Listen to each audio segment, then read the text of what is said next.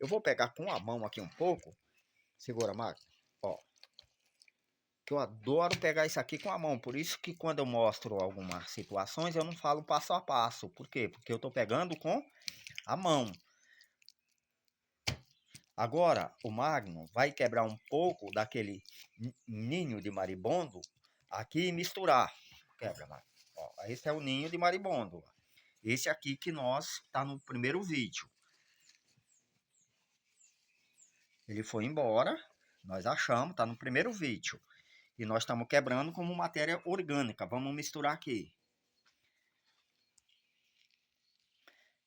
Isso. Agora pode abrir as sementes de maçã. Na natureza é assim, nada se cria, tudo se transforma. E a Anaí juntou essas sementes